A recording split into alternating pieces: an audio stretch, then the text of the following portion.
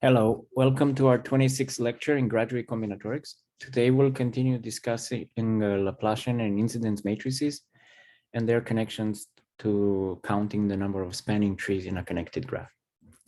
So as you recall last time, we defined the notion of oriented or directed incidence matrix of a simple graph as follows. We're given a graph like the one on the left with 5 vertices, and we orient every edge. So we give each edge a direction from one vertex to the other. So this one will be the head, and this one will be called the tail.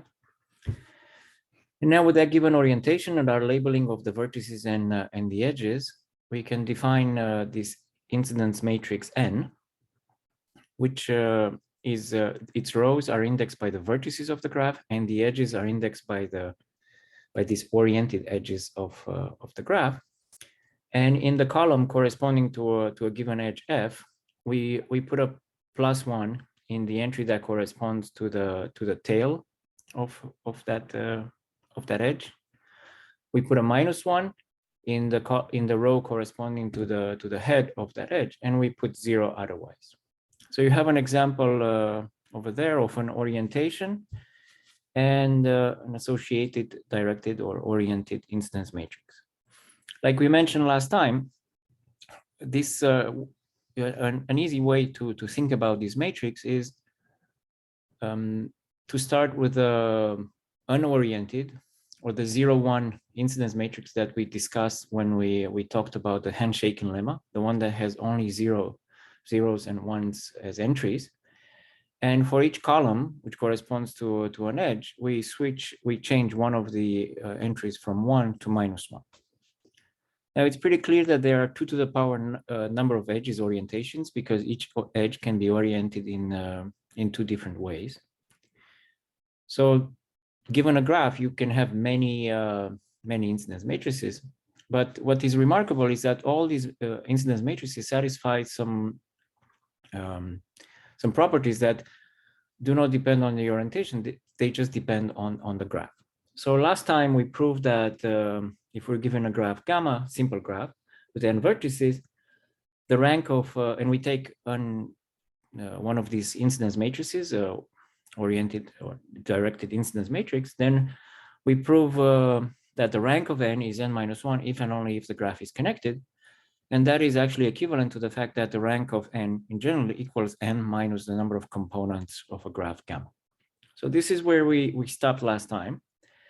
And there were 2 other points in this proposition that we stated in our previous lecture. The first one was that the determinant of any square submatrix of n equals 0, +1, or -1. So this is an observation that goes back to Poincaré. And so this matrix n is called totally unimodular if it has this property. And that's what we are going to prove now, that any square submatrix of gamma has determinant 0, +1, or -1. So we're going to prove this part 2. And as you recall, there was a part 3, which we'll deal with it in a little bit. Okay. So now what we will do the proof, we will use induction on the dimension of the square submatrix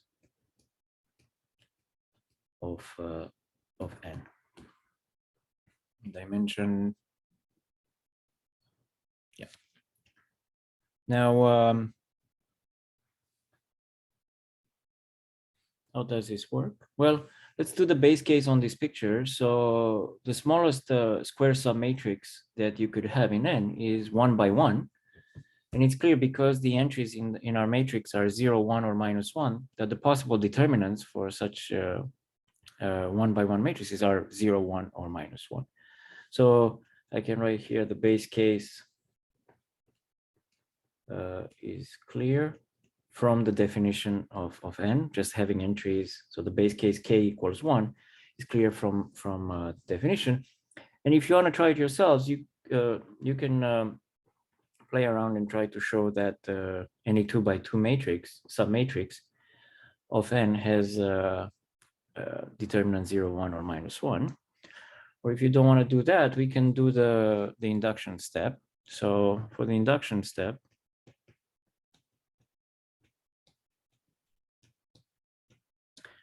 let k be greater or equal to 1 to 2 be a natural number. And so our induction hypothesis is the following. So assume that any k minus 1 by k minus 1 submatrix of n has determinant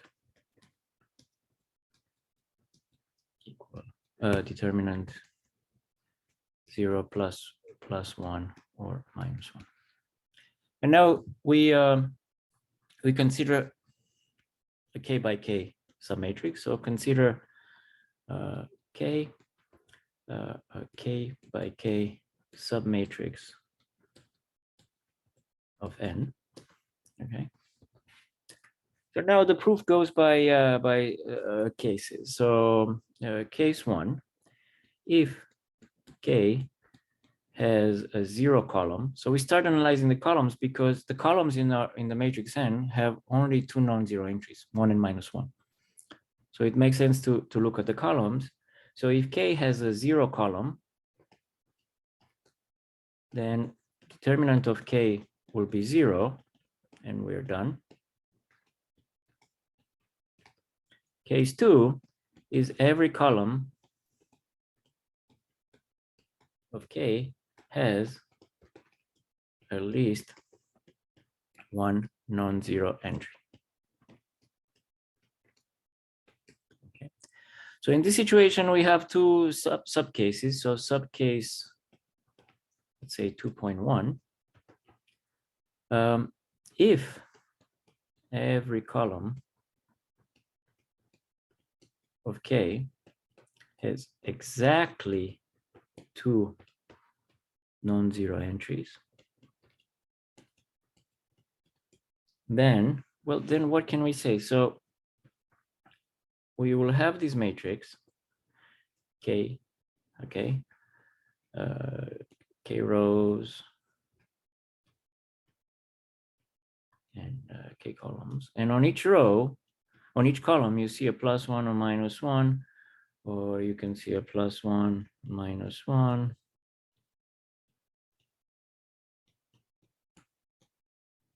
Something like this. So in this case, what do you notice? Each column has a 1 +1 and it has a -1, -1. And if we add up all the rows, we are going to get 0. So then the sum of the rows of the matrix K is the 0 row vector of dimension K. Therefore, the rows are linearly independent, and therefore the determinant of K is also 0 in this case. So far you see that case 1 and this half of case 2 have been analyzed without any appeal to the induction hypothesis whatsoever. It's just from the properties of the matrix N. Now, what is a subcase 2.2? So we are in the situation that every column has at least 1 non-zero entry, but not all the columns have exactly 2 non-zero entries. So this remaining case is that there exists a column of K with exactly 1 non-zero entry.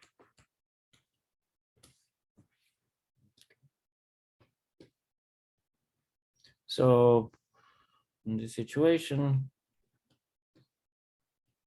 let's do something like this. Maybe we have a 1 -1 here, and we have a +1 and a -1 here, and maybe a -1 and a +1 here, something like this. Okay. So this column has exactly, the first column has exactly one non-zero entry. Okay, so in this situation, what we do is we expand the determinant of K using the determinant expansion and using one of these columns, a column that has exactly one non-zero entry. So in our situation, we expand using this first column. And so in that case, the determinant of K, what will it be? There's exactly one non-zero entry in that column, which is plus or minus one. So I can put it here plus or minus one. In our case, for our example, it equals -1. And that will be equal, so it will be times the determinant of a K minus 1 by K minus 1 submatrix. Okay. But now we can use our induction hypothesis. By the induction hypothesis, any K by minus 1 by K minus 1 submatrix has determinant. This determinant belongs to the set 0 plus minus 1. And so you're multiplying a plus minus 1 times a 0 plus or 1 or minus 1. And therefore, we get from here that the determinant of K belongs to the set of 0 plus 1 minus 1. And that finishes our proof. Okay. So the determinant of any submatrix of this oriented incidence matrix has value 0, 1, or minus 1, which is quite remarkable. Okay, now let's prove we had a third part in our previous proposition, which was as follows. We said, okay, let's assume gamma is connected. And we consider a set connected on n vertices. And we have a set of edges. Let F be a subset of n minus 1 edges. Okay. Okay. And then we define this matrix NF. So denote by NF. And n minus 1. So it's also a square matrix. N minus 1 by n minus 1 submatrix of n, whose columns correspond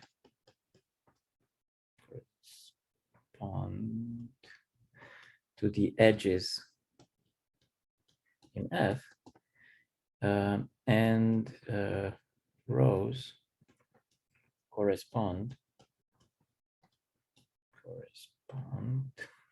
to n minus 1 vertices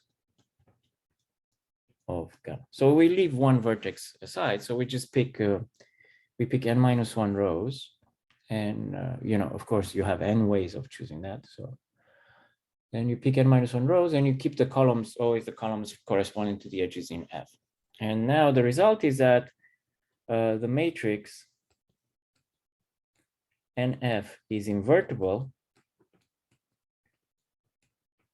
if and only if the subgraph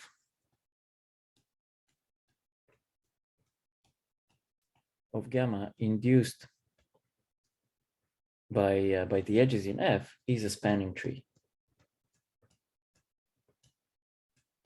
So again, just because you have a graph that has n vertices and it has n minus 1 edges, doesn't mean that that graph has to be a tree.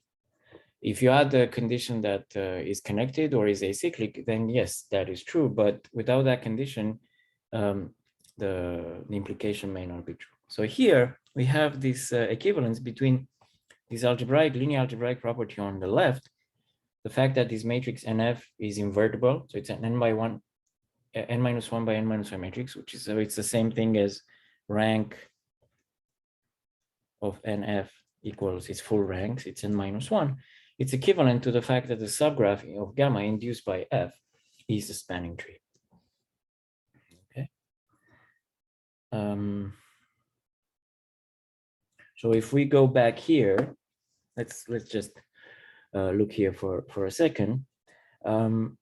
If one of these possible submatrices is, okay, I need to n equals 5 in this situation, so I need to, let's say I pick the first 4 rows, and let's say that I pick the first 4 columns.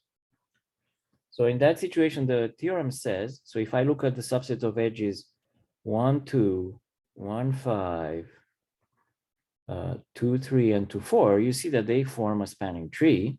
So in that situation, the theorem would say that this matrix has full rank, this 4x4 matrix here. But if, for example, instead of picking this matrix, I pick the last 4 columns, 2, 3, 2, 4, 3, 4, and 4, 5. So 2, 3, 2, 4, 3, 4, and 4, 5. You see, this is a, if you look at the subgraph induced by these edges on the vertex set of gamma, vertex 1 is not adjacent to anything, and you have a cycle among the vertices 2, 3, and 4. So this subgraph of edges does not induce a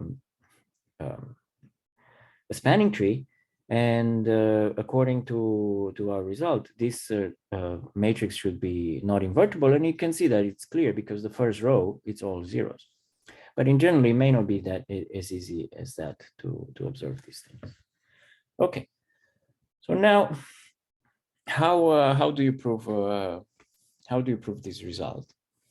Well, so there it's a if and only if. So let's do one at a time.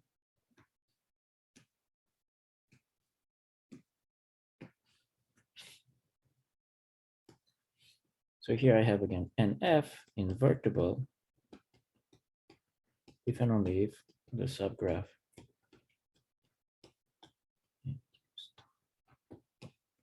F by F is a spanning tree. Okay, so proof 3. So let's do this implication. So let's do, so assume that the subgraph, let me call it gamma F, which has vertex set V and edge set F, is a spanning tree. Now, when I look at the incidence matrix, so generally it's, you have more edges than vertices in most of the times. But so let's say this is N. So here we have the vertex set V. And let's just say that, you know, the edge set for us, we put these edges at the beginning, okay? So this is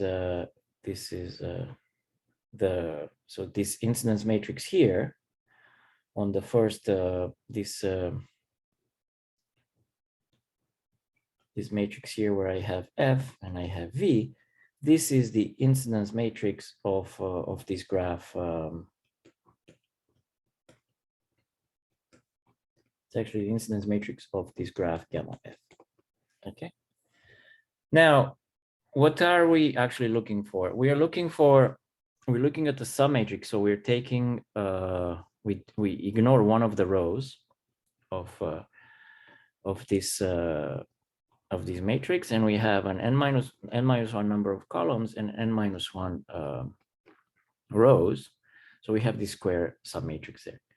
But before we look at that, let's examine this matrix here at the bottom. So it's the incidence matrix of gamma F. What do you know about gamma F? It's a spanning tree.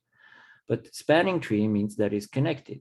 So because the graph gamma F is connected on n vertices, okay, what does it tell us?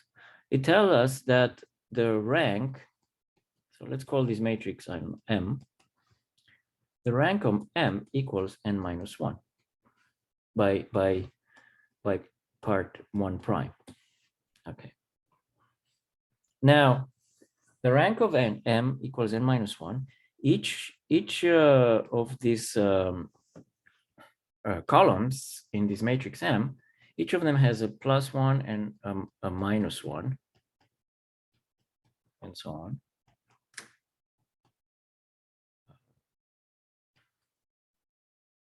Okay. So when you add them up, you get 0 vector. So we have n rows, the rank. So we have the rank of M equals n minus 1, and the sum of the rows of M is the 0 vector, row vector, okay? So what can we deduce from that? So we have the rank of M is n minus 1, and the sum of the rows is 0. So from there, it follows that any subset of n minus 1 rows of M is a basis for its row space. Okay, so in general, just because the rank of a matrix is n minus 1, it doesn't mean that any subset of n minus 1 rows is going to be linearly independent. But in this situation, we have this extra information that the rows are related by the fact that the sum is 0, the sum of them is a 0 vector. And we know that the rank of this row space, the dimension of this row space is n minus 1. So there is a collection of n minus 1 rows which are linearly independent. And with this extra information that the sum of rows is 0, it follows that any subset of n minus 1 rows must be linearly independent. And therefore, if you go back to our problem, that implies that this matrix NF, the rank, this is NF here, implies that rank of NF must be n minus 1. Because no matter what n minus 1 rows you pick from this matrix M, they're always going to be linearly independent. And that's the proof. Now, how does it work for the other problem, for the other implication? Well, it's kind of similar. So 5.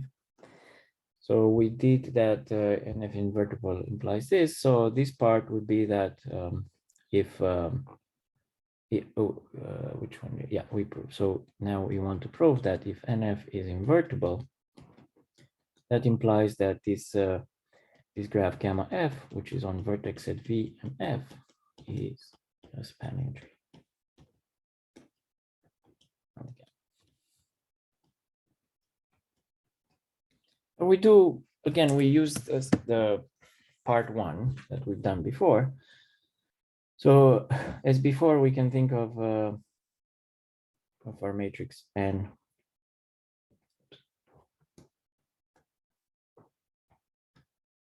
as being here. And now let's say the F are at the beginning, F. And so we have this this part here. This is the matrix M, which is an incidence matrix for gamma F.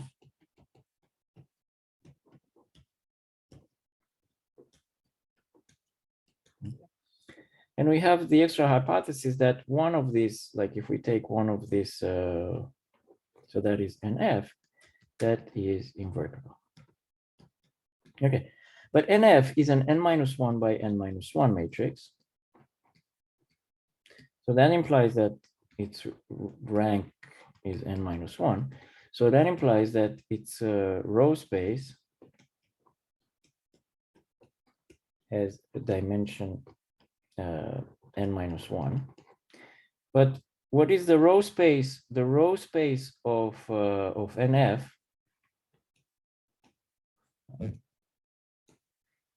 the row space of NF is contained in the row space of the matrix M, which is the incidence matrix of gamma F, because M has all the rows of NF plus an extra row. But here, this row space has dimension equal to n minus 1. So that implies that the dimension of the row space of M, it has to be at least n minus 1. But the dimension of the row space of M equals n minus the number of components. So from the dimension of the row space of M is at most n minus 1. So that implies that the dimension of the row space of M is n minus 1. So which means that rank of M is n minus 1. And rank of M is n minus 1 implies that gamma F is a connected graph. But we have a connected graph, and we have gamma F is connected, but it has n minus 1 edges, and of course n vertices.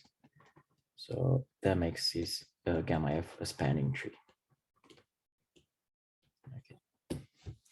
So this is quite a result, and it's not at all obvious, but you can combine it with the second part. So the second part said that the determinant of any square submatrix is 0, +1, or -1. Okay, so keep that in mind. And now we are looking, if we're looking at the certain kinds of submatrices, this n minus 1 by n minus 1 submatrices, let's say, corresponding to a set of n minus 1 edges and some arbitrary set of n minus 1 vertices, then we know exactly when the determinant of such matrix will be 0 and when it will not be. So the determinant of such submatrix will not be 0 if and only, so will equal plus or minus 1 if and only if those edges that you choose as columns give us a spanning tree. So this is the key connection here between the inner parts of this matrix N and the spanning trees in the graph. And this is what is going to be used in the proof of Kirchhoff Matrix-Tree theorem that will hopefully we will discuss in this lecture.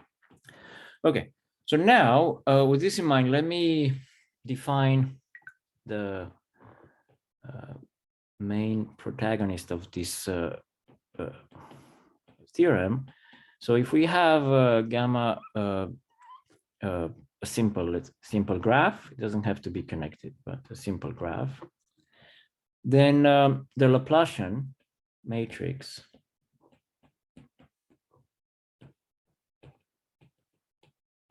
of gamma is defined. There are equivalent ways to define it, but let's define it as following. Define as L of gamma is D of gamma minus A of gamma, where D of gamma is the diagonal degree matrix of gamma, and A of gamma is the adjacency matrix of gamma, which we haven't yet defined, but I'll define in a second.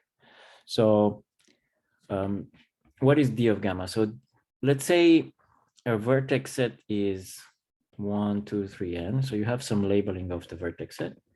Then on D of gamma, we will put on the diagonal the degree of 1 all the way the degree of n, and then 0 everywhere else. Okay, that's the degree matrix. And A is going to be an n by n matrix where the position I, j is 1 if I and j are adjacent, and is 0 otherwise. So for the previous example,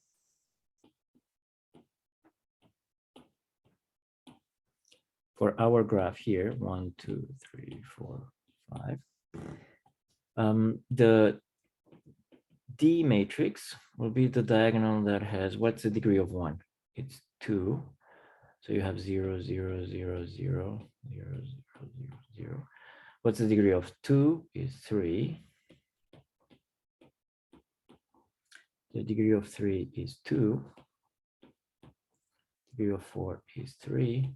and the degree of 5 is 2. So that's D. And A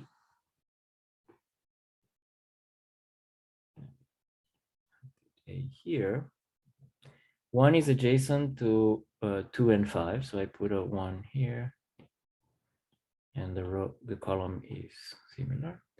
Then 2 is adjacent to 1, 3, and 4. So I put a 1 here, 1 here. 3 is adjacent to 2 and 4.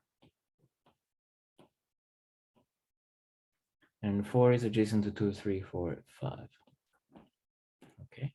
So this is the adjacency matrix, and the Laplacian matrix, if we write it as LT minus A, will be 2, minus 1, 0, 0, minus 1, and then minus 1, 3, minus 1, minus 1, 0,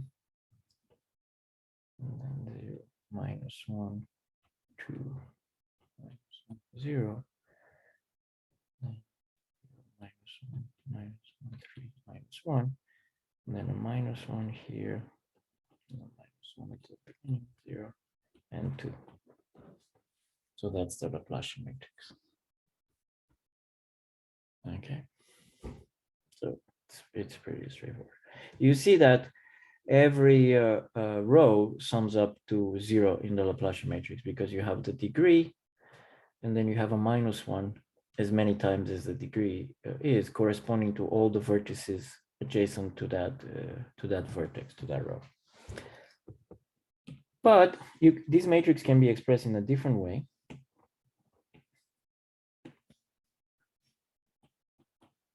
And this is the meaning of the following proposition.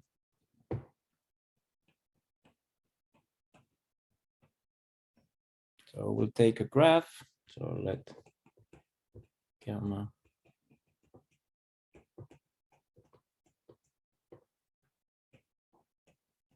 vertices and let n be an oriented, directed incidence matrix.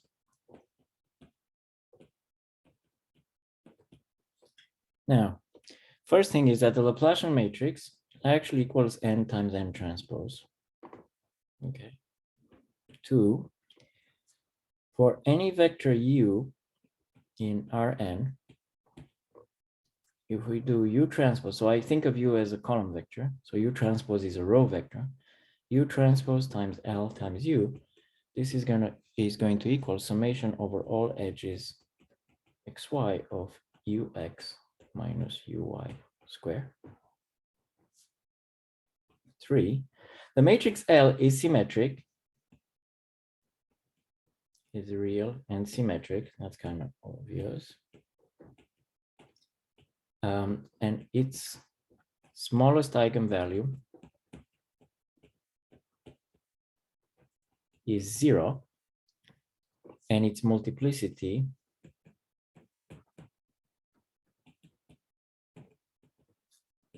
equals the number of components.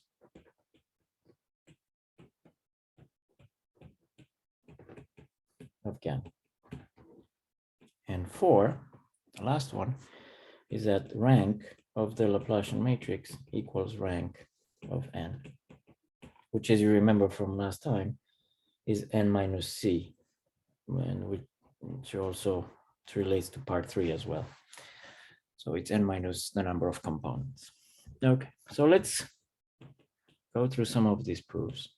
So for part 1, in the Laplacian matrix, so if I take 2 entries I and j, what do I see there? Well, if I equals j, then I'm on the diagonal and I will see the degree of the vertex I.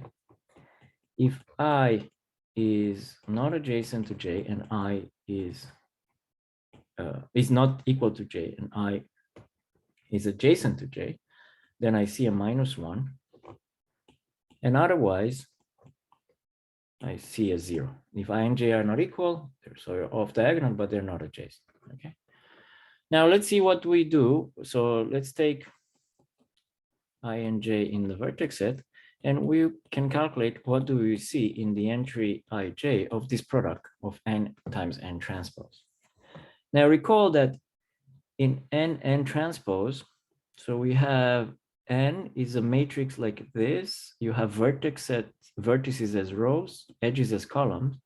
So n transpose, you have edges as rows and vertices as columns. So this is n transpose. So when we're doing this calculation, n times n transpose in position ij, we're just taking the row I from n and we're multiplying it. We do the dot product with the column j of n transpose.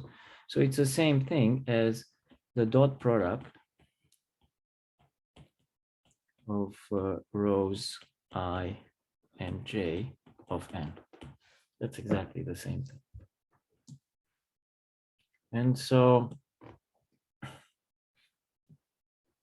8, so we have n transpose ij is row I dot product row j, okay, of n. And now we go into different directions. So we have various cases. Case 1, if I equals j, then what do we see on row I? On row I, it corresponds to the vertex I, and you see if an edge if you have an edge that doesn't contain I, then you get a 0. So that's whenever you have an edge that doesn't contain I. But if you have an edge, let's say f, that contains I, then you get a plus or minus 1. Okay. So we get a plus or minus 1 for every edge that contains I. So when we take the dot product with itself, that plus or minus 1 gets multiplied by itself and it gives us a 1. And you add it up as many times as the number of edges that contain I. So we get that n transpose I is the number of edges that contain I, which is the degree of I. Okay. Case 2, if I is not equal to j and I is adjacent to j, then in that case, we're doing the dot product of row I and row j. And so when we do the dot product, we're looking at these entries that we have here some edge I, j, and let's say it's oriented from I to j. So this is the edge, let's call it f. So this is the edge f, and it's oriented from I to j. So in the position f of the row I, we have a +1, and in this other position, we have a -1. But what happens anywhere else? If we have any other edge e, so whenever we have an edge e, it's either that I is not containing E, in which case in the row I we get a 0 and here we get whatever, it doesn't matter, in the dot product would be a 0. Or you could have an edge H where J is not containing H, and in that case you get the 0 here and you get whatever on the other side. So when you take the dot product, the only entries that survive are the ones corresponding to the edge F that contains both I and J. And what do we get there? Well, from one row we pick a 1, and from the other we pick a -1. So in the dot product and transpose of ij, we will get a -1. And case 3, if you have I not equal to j, I not adjacent to j, then you can see by now that in this situation there's no column in which both rows have this have a non-zero entry. So in that case, and then this is going to be 0. So this is entry-wise. So basically, we have shown that entry-wise n transpose ij equals these values, degree on the diagonal, -1 if they're adjacent, and 0 otherwise. But that's exactly what the Laplacian does. So that implies that n transpose equals the Laplacian. Okay. Now, this is a very useful result, and it has many consequences. So one of them is actually part 2. So in part 2, we wanted to show that if I take a vector u in Rn and I calculate u transpose Lu, it's going to give me summation over all xi edges of ux minus ui squared. So how do we do that? Well, you do u transpose L u equals u transpose, but we just found out from one that L is n times n transpose u. And now you can rewrite this as follows. You can do n transpose u, everything transpose, times n transpose u. Okay, so this may look like quite a handful, but so let's see what happens. So u is a column vector. So you have here u1, blah, blah, blah. You know, you can have a ux, blah, blah, blah, uy, all the way up to un. Okay, that's how it looks like. Now, n transpose. So let me do n here. N was, okay, was vertices versus edges. Okay. But now it flips around. It becomes n transpose. So we are going to have, let me see how, you know, something like this.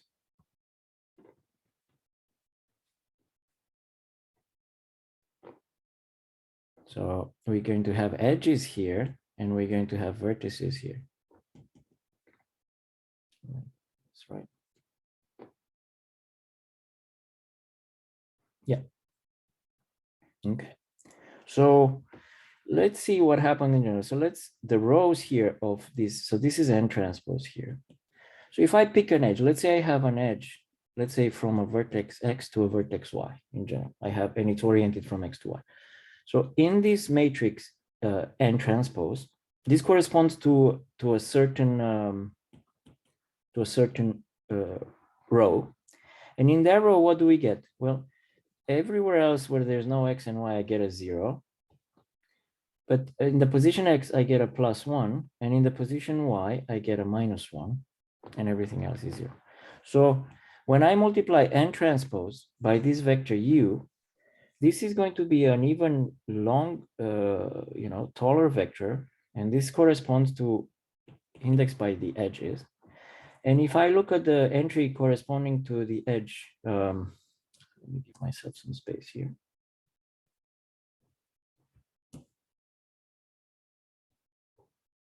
So let me see, I'm at the edge xy. What do I get? So I get the dot product of this row with the vector u. So the +1 catches the ux, and the -1 catches the uy. So the entry there is ux minus uy. So this is the vector n transpose u. And then n transpose u transpose times n transpose u is just the dot product of this vector with itself. And so in that situation, all these entries get squared up. And so when you get squared up, is a sum over all the edges of ux minus uy squared. Okay. So that's part 2. And then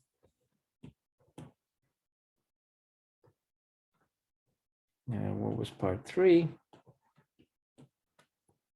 Was that 0 is an eigenvalue of L with multiplicity C, where C is the number of components.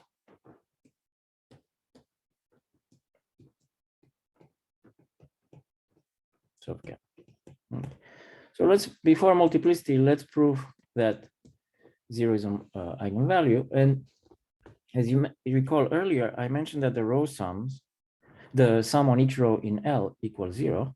So if I take L and I multiply it by the all one vector, so all one vector is the all one column vector of dimension n. So if I do that, then what do I get? I get a row, in the first entry, I get sum row 1 and so on, sum row n, but all of them are going to be 0. So I get 0, 0, 0, which equals 0 times the all one vector. So that because the all one vector is a non-zero vector, that implies that the all one vector is an eigenvector of L corresponding to the eigenvalue 0. Okay. Now the multiplicity, I will show this kind of equivalent form, which is gamma connected if and only if the multiplicity of 0 is 1. So this part with multiplicity here, it's actually equivalent to this statement. So how do you prove that? Well, if gamma is connected, so I know already that. So let's do this implication. So I want to prove that the multiplicity is 1 if gamma is connected. So I already know that 0 is an eigenvalue, so it has multiplicity value is 1.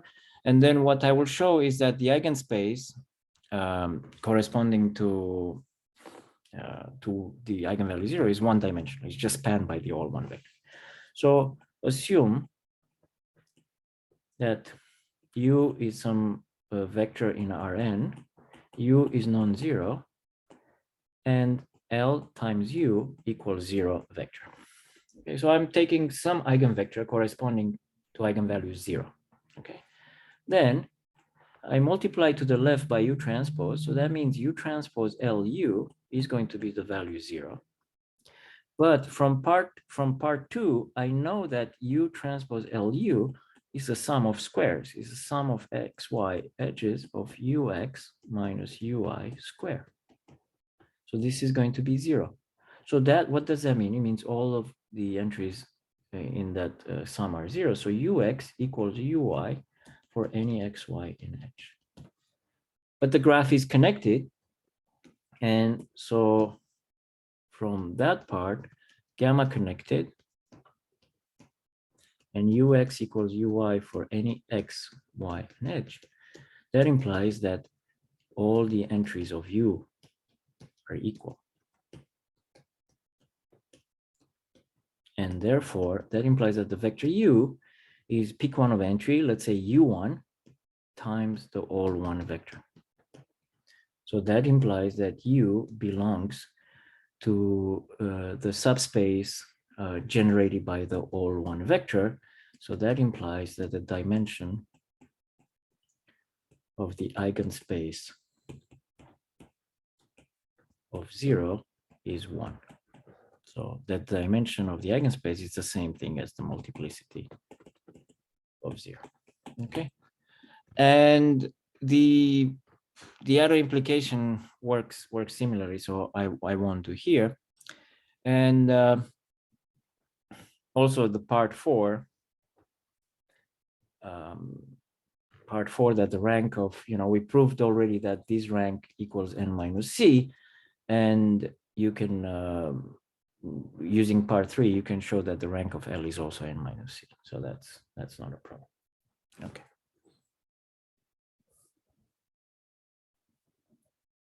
Okay. So I have about a couple of minutes, so let me just get you towards the Kirchhoff Matrix theorem. So to do that, let me remind you something from linear algebra. So if we have a matrix M, which is n by n matrix, you have this matrix which is called the cofactor matrix. You use it when you talk about inverses and so on. The cofactor matrix C of M is also the n by n matrix, where C of in the entry ij equals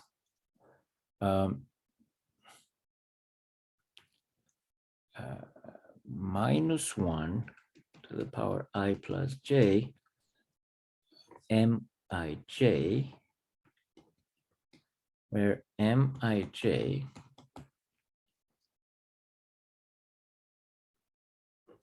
is the determinant of M minus rho I and rho J, and column J. Column. Okay.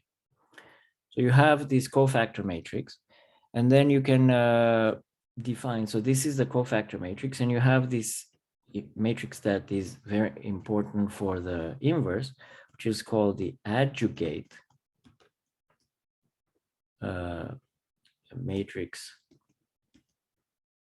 of M, is defined as the transpose of C.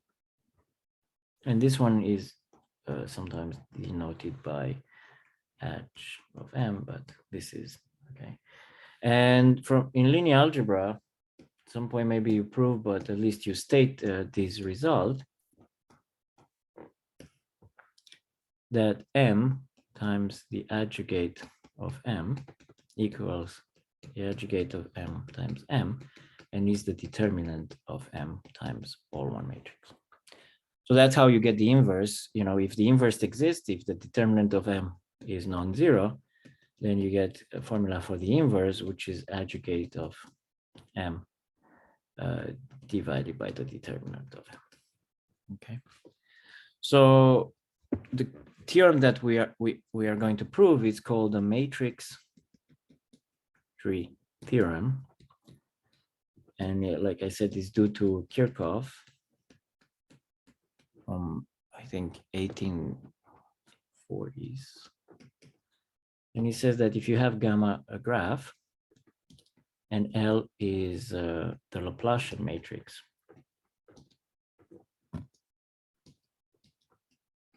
of gamma, then the adjugate matrix of L equals tau of gamma times the all one matrix, where tau of gamma is the number of spanning trees. So we will prove this this theorem next time.